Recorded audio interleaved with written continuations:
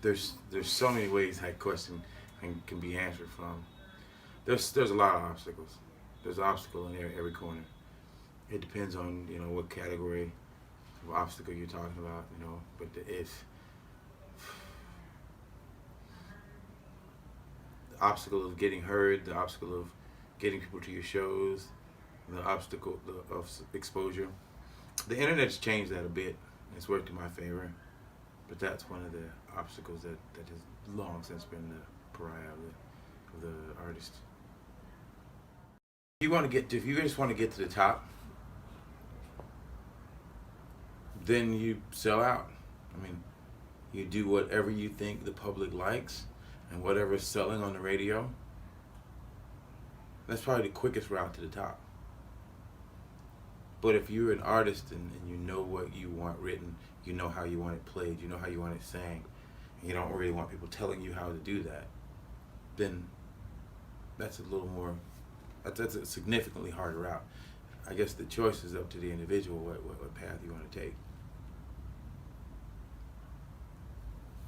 Internet sites. I would personally probably get an email address for everybody, and if you can, to reach out to all your fans, I would get an address, a physical address, as many as you can linked to that. You know what I mean? If somebody follows you and you want to show them some sort of a reward, you can, send them your free album. Or your biggest fans, if they sign up for your club, then they all get access to that. So you send them a free copy of this, or you, a zip drive, or you send them to your show in a limo, whatever, But the people who support you support them. And being able to contact them and know who they are that support you is very, very important. It's imperative. Promote and support each other. Yeah. Know who loves you. The end of the tunnel for me is to draw public appetite, or to create a demand, a public appetite for improvisational music. People that really can just make up a song on the spot. They can just make up guitar riffs on the spot.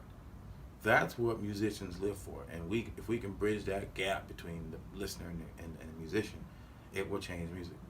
We're gonna change music. We're changing music. What are you doing to reach this goal? Doing shows, promoting them. I'm going back and taking the shows, the recordings of the shows, and putting them up on our page, so people are seeing that recreation live. And we're gonna start streaming, and they'll be able to live that experience.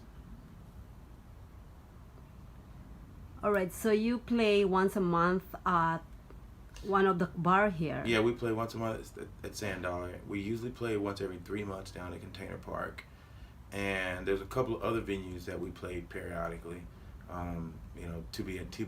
TBA. But right now it's Sand Dollar.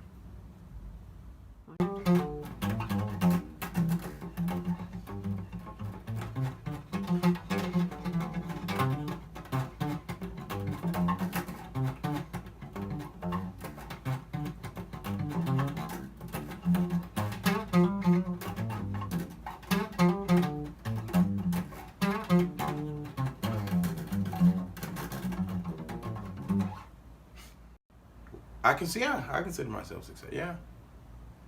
I mean, yeah, it's a success. Through it. I grew up playing in church. My dad was a preacher, and pretty much if I lived in his house, I was going to church. So I started learning how to play, and it goes back before that. Before my dad actually started preaching, I think I was like 2-3 years old. That was when he was doing the band full time. And when he did that, there was always an instrument at the house, so I kind of picked up playing and dabbled in it. I was a kid. But as I got older, dibbling, dabbling, and I got pretty good at it. So when he started preaching, I started playing at the church. So I did that up through my teenage years, and then I started getting gigs from church, and that kind of launched my career. Las Vegas has been pretty damn good to me. Yeah, she's been very sweet to me. And the Funk Jam. You know, 7 years. People usually, you know, a lot of times they stop coming after 7 years. More people are coming. So I had a lot to be thankful for. The vision is to turn people on to the core of musicianship. Every person that is an artist or a musician likes to create. That's their favorite thing to do. That's why they play the instrument in most cases. So I want to connect people to that as raw as possible. You know, what comes out of your body, mind, and soul right there on the spot.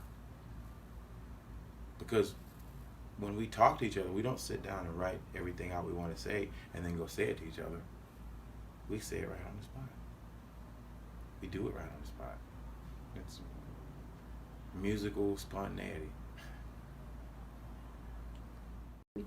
When you come to Vegas, you see all these shows that are polished, they've rehearsed, they've sat down and wrote it all out and brought it to you as this polished, refined machine.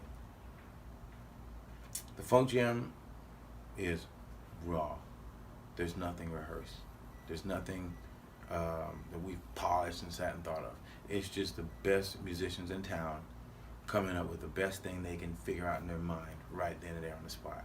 What do they have to say right there? There's nobody else in Vegas doing anything even close to that.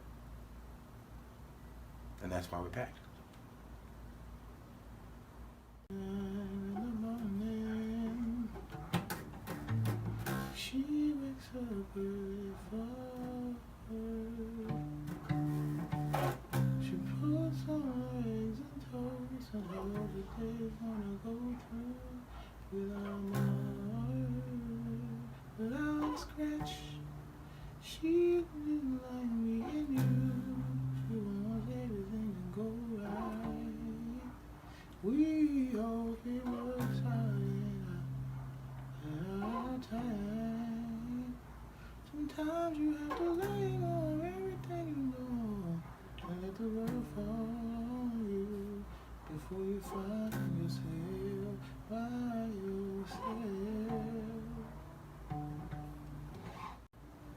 Probably one I don't remember that I just made up on the spot. No, I'm joking. I have a bunch. I have my favorite groups. I have a bunch of favorite groups. Favorite song. I don't really have a favorite. What a Fool Believes is a good song, though. It's up there. I probably should think about that when I write, but I don't. I'm only coming at it from the point of what I have to say. Who it's going to reach, it does that on its own.